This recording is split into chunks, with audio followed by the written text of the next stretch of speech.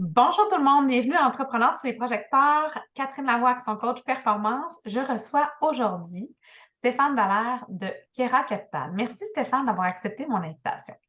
Bonjour Catherine, merci pour l'invitation. Ça me fait plaisir d'être avec toi aujourd'hui. Merveilleux. Alors Stéphane, aujourd'hui, j'aimerais que tu m'expliques un peu ton parcours et bien entendu que tu nous présentes Kera Capital. Qu'est-ce que vous faites dans votre compagnie? Mon parcours, écoute, j'ai commencé, ça fait plusieurs années, ça fait au-dessus de 25 ans que je fais du financement d'entreprise. J'ai fait du redressement, j'ai fait de la vente, de l'acquisition. J'ai commencé ma carrière dans le capital de risque où j'ai tout appris, en fait. La Société générale de financement, à l'époque, avec M. Blanchet, le conjoint de notre première femme premier ministre du Québec, entre autres. Et j'ai parcouru ma carrière comme ça à faire des transactions. Je l'ai fait pour plus d'1 milliard, je dirais, dans ma carrière, principalement en technologie euh, aussi dans le secteur financier, mais comme je dirais plutôt technologique. On parle de télécom, quelques biotech, mais j'ai couvert pas mal de tout.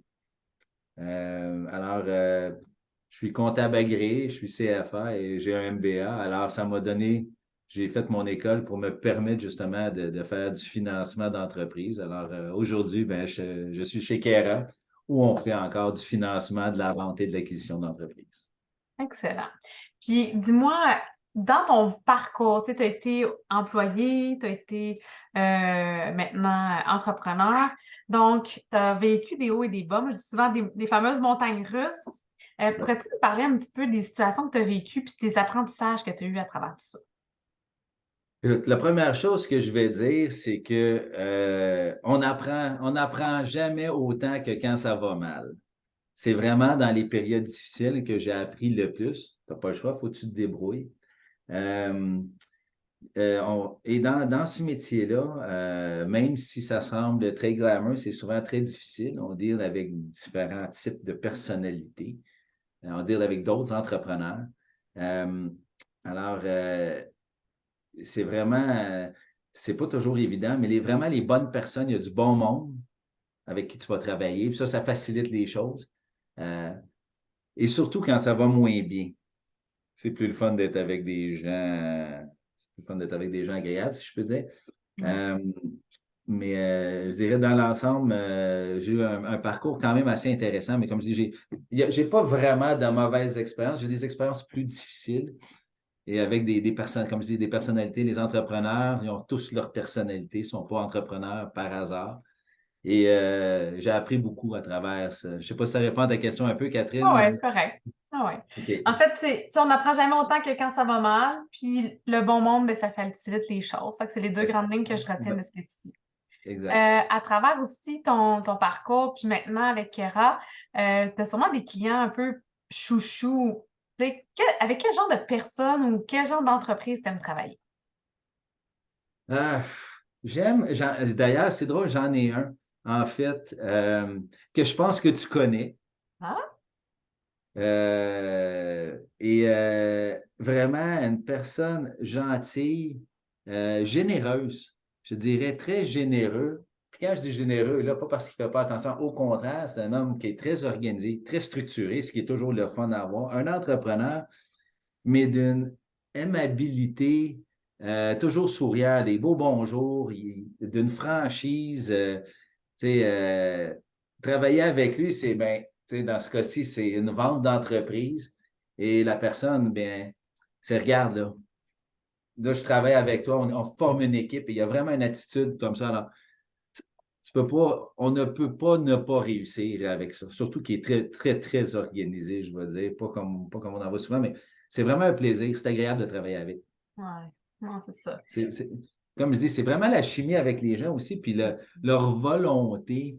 Tu sais, des fois, dans mon métier, on nous perçoit comme, tu sais, à la fin de la journée, je reste un investment banker, puis faut que je gagne ma vie, puis des fois, ben, les gens me voient un peu comme peut-être un ennemi ou peut-être pas leur meilleur ami parce que, oui, c'est pas donné, les frais, mais en même temps, c'est beaucoup de travail, plus que les gens pensent, puis c'est beaucoup de responsabilité.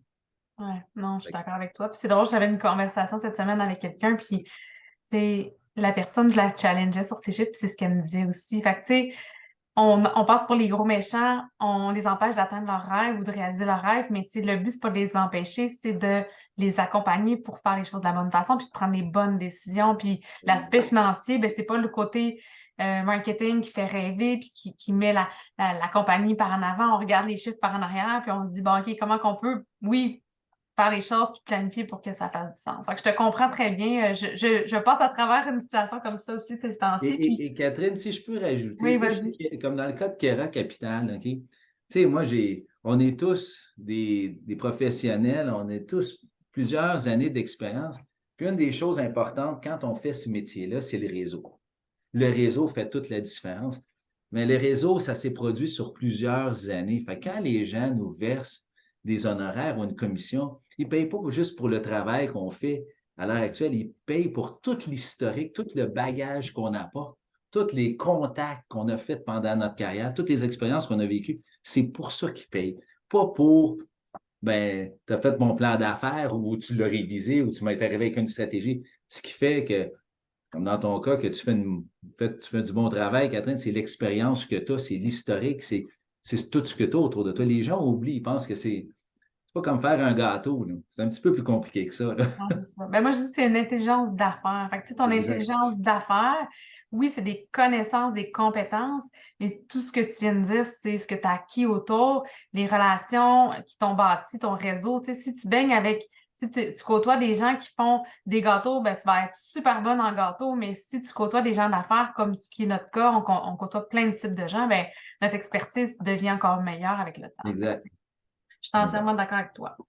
Dans mes questions, j'aime beaucoup aller aussi dans les périodes de turbulence. Ça, on a vécu une période de turbulence avec la COVID, le post-COVID. Toi, dans ton cas, là, ça doit être même encore une bonne période de turbulence, j'imagine, dans ton cas. Est-ce que pour toi, c'est des périodes où est-ce que ça l'amène euh, un, un- un impact positif sur ta business? Est-ce que tu peux nous en parler un petit peu? Puis comment, mettons, dans une situation plus difficile ou plus chaotique, vous en êtes sorti chez Kera, par exemple? Eh ben, en fait, c'est plus difficile, comme tout le monde, c'est sûr. Je dirais, c'est juste qu'il faut refocuser un petit peu nos stratégies de développement. Je dirais qu'en ce moment, par exemple, lever des capitaux, c'est excessivement difficile. Les conditions de marché ne sont pas clémentes. Les taux d'intérêt sont élevés. Fait que d'un côté, les entrepreneurs ne veulent pas nécessairement se financer avec la dette. Et l'équité, bien, l'équité regarde la dette. Ils vont demander des rendements beaucoup plus importants parce que s'ils veulent, tu sais, il faut que l'équité, il y a plus de rendement dans l'équité qu'il y a dans la dette. Fait que s'ils peuvent aller vers, tu sais, aujourd'hui, il y a des dettes, là, ça sort à 14-15 ben ça serait fou qu'en équité, qui est un rang inférieur, soit moins que. Alors, le rendement requis des capitaux est très, très élevé en ce moment. Alors, c'est sûr que financer des entreprises, d'un côté, les financiers sont durs, puis de l'autre côté, les entrepreneurs n'ont pas le goût de s'engager sur des taux Des d'intérêt ou rendements des d'investissement. rendements trop élevés. Alors ça, pour ça, fait que tout ce qui est financement d'entreprise devient une partie beaucoup plus petite de notre business parce que justement, c'est pas disponible.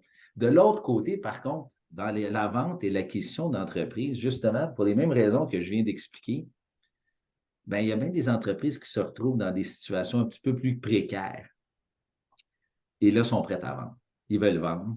Puis les acquéreurs, ben, sont prêts à acheter parce qu'ils payent moins cher, compte tenu que la compagnie, ben, elle commence à être proche soit du gouffre ou en tout cas à vivote parce que là, les intérêts, le financement leur fait mal. Alors pour nous, la tarte grossit beaucoup plus du côté du mergers and acquisitions, si je peux dire, que du financement comme tel.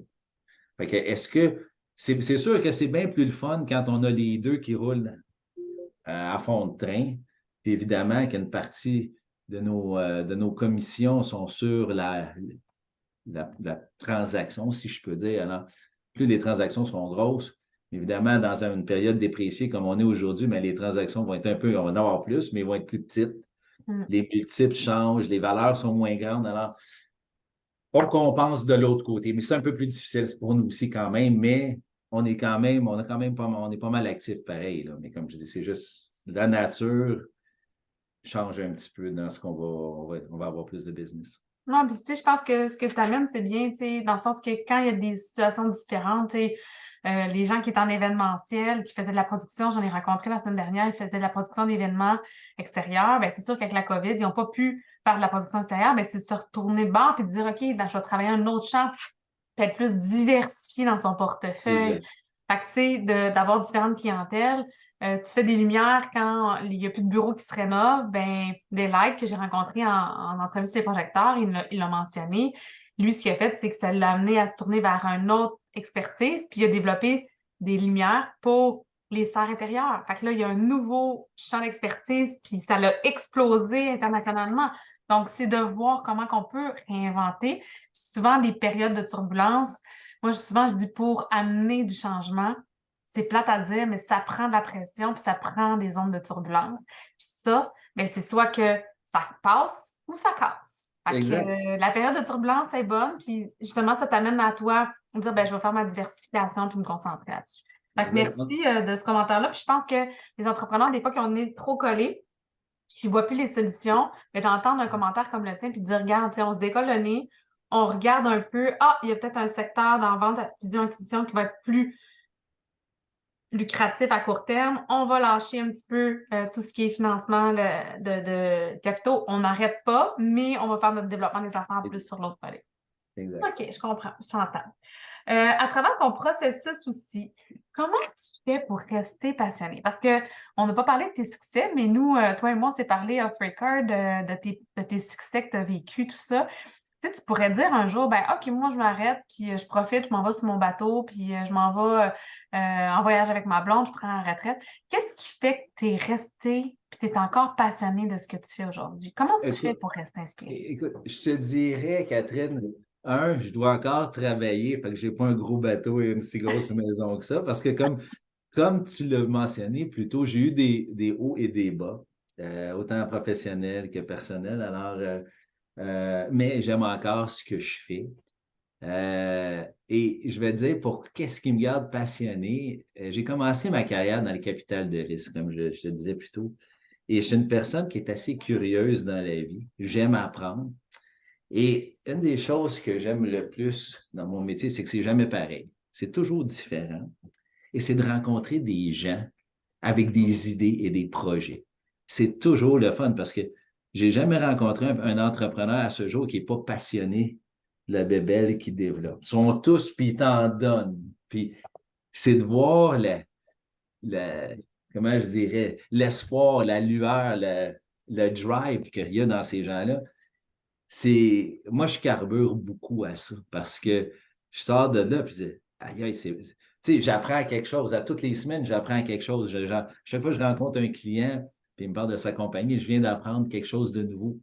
Puis, au fil des années, c'est drôle, des fois, avec mes enfants ou avec ma conjointe, je roule, puis on roule ou on va en voyage quelque part, puis j'ai vu, là, des fois, je me dis, comment ça se fait que tu connais ça? Ben oui, parce que j'ai travaillé à tel moment. Et ça me donne une foule d'outils, une foule de connaissances sur plein de secteurs. Pourquoi? Parce que j'ai eu un lunch, un après-midi, même si ce n'est pas devenu un client, c'était un potentiel, puis il m'a parlé de sa business d'une façon que je l'ai compris. Pour moi, je trouve que Hmm. c'est enivrant comme métier. Je me trouve chanceux. Ouais, mais je partage vraiment avec toi. Puis, tu sais, je pense que on est privilégié. Tu sais, cette curiosité-là nous amène à découvrir plein de secteurs. Puis moi, je suis pas quelqu'un qui aime la routine. Fait que d'être dans plein d'entreprises, en faire partie, tu sais, je suis dans une compagnie de construction, je suis dans une compagnie d'orthophonie, je suis dans une compagnie d'immobilier. Tu sais, je suis dans plein de secteurs. Fait que c'est pas routinier, tu sais, c'est Exact. vraiment, non, je te comprends. C'est enivrant, enivrant. Très beau mot, j'adore. Stéphane, j'aimerais aussi que tu me dises, quand on est en affaires, ben, on apprend. Hein? Tu l'as dit, l'apprentissage continue. Comment tu t'informes? Comment tu continues de te développer en termes de connaissances? As-tu des petits trucs à nous partager aujourd'hui?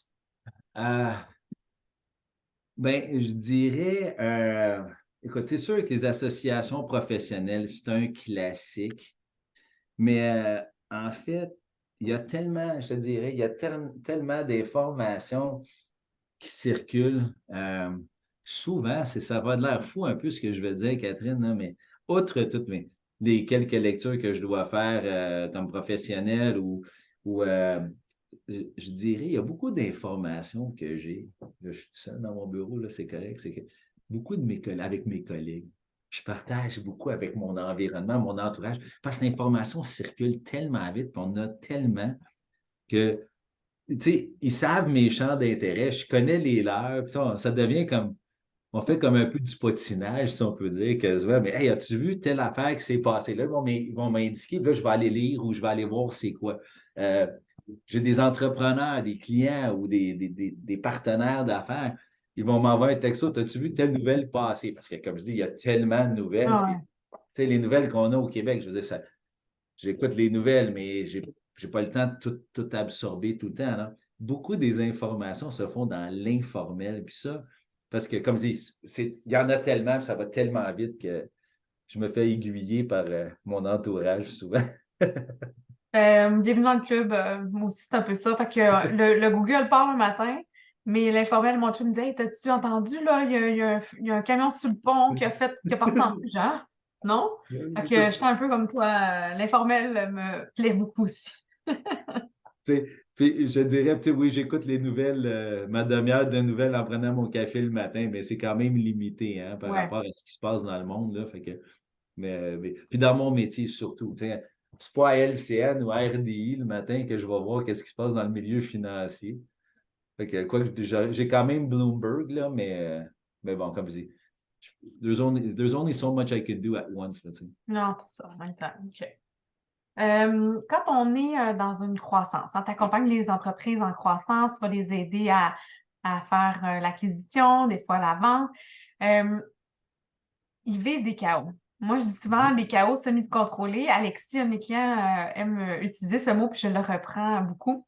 Et ça serait quoi le conseil? Tu sais, quand tu vis là, un chaos, puis que, mon Dieu, qu'il y en a tellement de choses à faire, tu sais plus par où le prendre. Tu ferais quoi, toi, dans une Moi, situation comme ça? moi, ce que j'aime faire, tu sais, comme on dit, il ne faut pas essayer de manger d'un éléphant d'un coup. Il faut y aller bouchée par bouchée. Hein. Moi, j'aime compartimentaliser les choses. Je vais, je vais vraiment prendre un problème, puis je vais le découper en le plus de morceaux possible, puis je refais les cases, si je peux dire. Je remonte le puzzle à l'envers pour dire, OK, sont où mes priorités?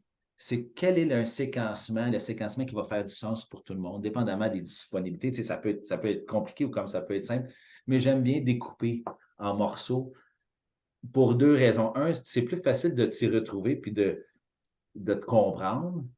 Ça, c'est vraiment une des raisons pourquoi isoler. Mais deux aussi, c'est plus motivant. Parce que quand tu fais, tu sais, tu dis, OK, tu fais une étape, bon, ça avance. Tu as déjà l'impression que tu as avancé. Hum.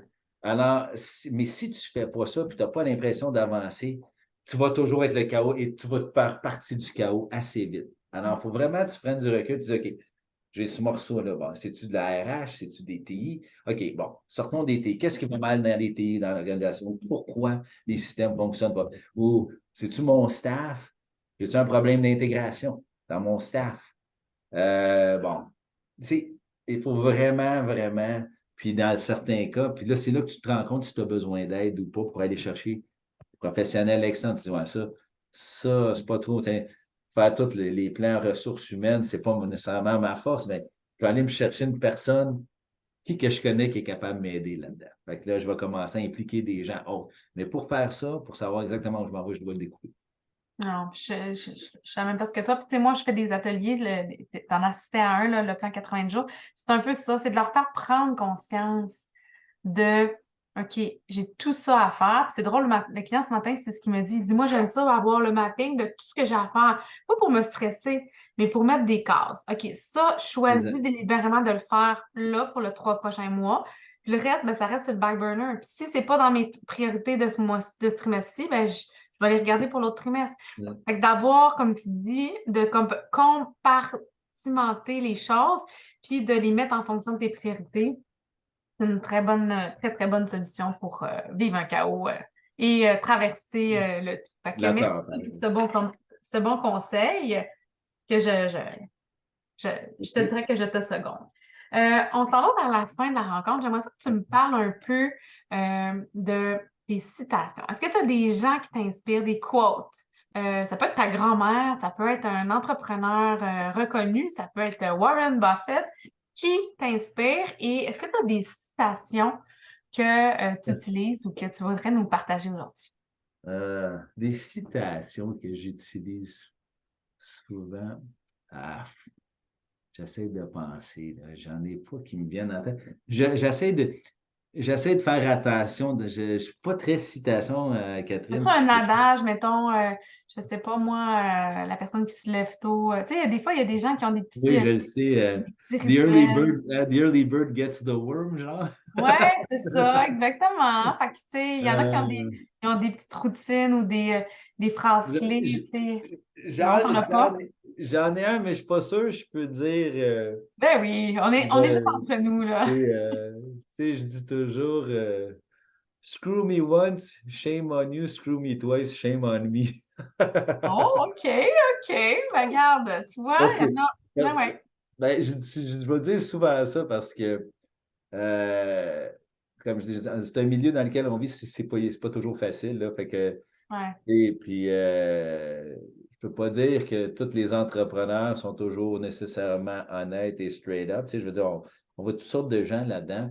Et le seul dénominateur commun, c'est l'argent. Puis l'argent amène toujours des comportements parfois indésirables. Donc, tu sais, c'est pour ça que j'ai peut-être un peu cette expression-là. Mais si j'avais un modèle inspirant là, dans ma vie, là, il s'appelle Barack Obama. OK.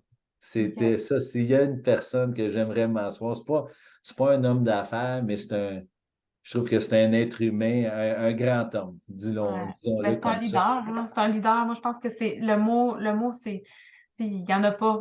Le mot le plus qui le résume, être un leader comme ça, c'est d'inspirer les gens, c'est de montrer l'exemple, c'est d'amener des changements, d'être visionnaire. Tu sais, c'est un leader. Et d'une simplicité.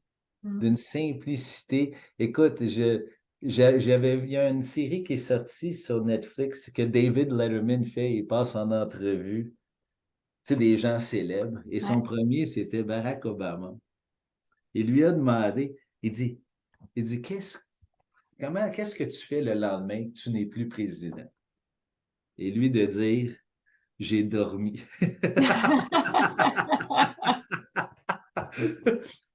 Alors, Simple.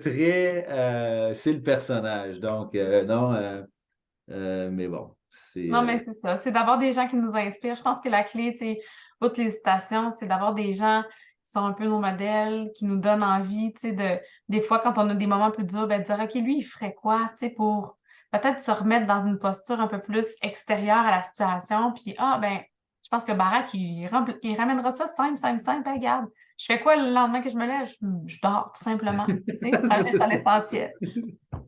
Mais non, mais Alors, c'est ça. Fait que, ben merci Stéphane, merci d'avoir partagé un peu ta passion pour l'entrepreneuriat, les passionnés qui sont, tout comme toi et moi, des gens qui ont envie vraiment de faire une différence dans le monde des affaires. Je vais inviter les gens aussi à aller consulter ton site web. Donc, est-ce que tu veux nous partager ton site pour qu'on puisse aller fouiner un peu comment on peut rentrer en contact avec toi? merci beaucoup, Catherine. Est-ce qu'on se reparle après, Catherine? Ça tu 2 minutes? Oui, oui, OK. Je c'est vais bon. faire À du quiz. bientôt. OK, bye. Bye.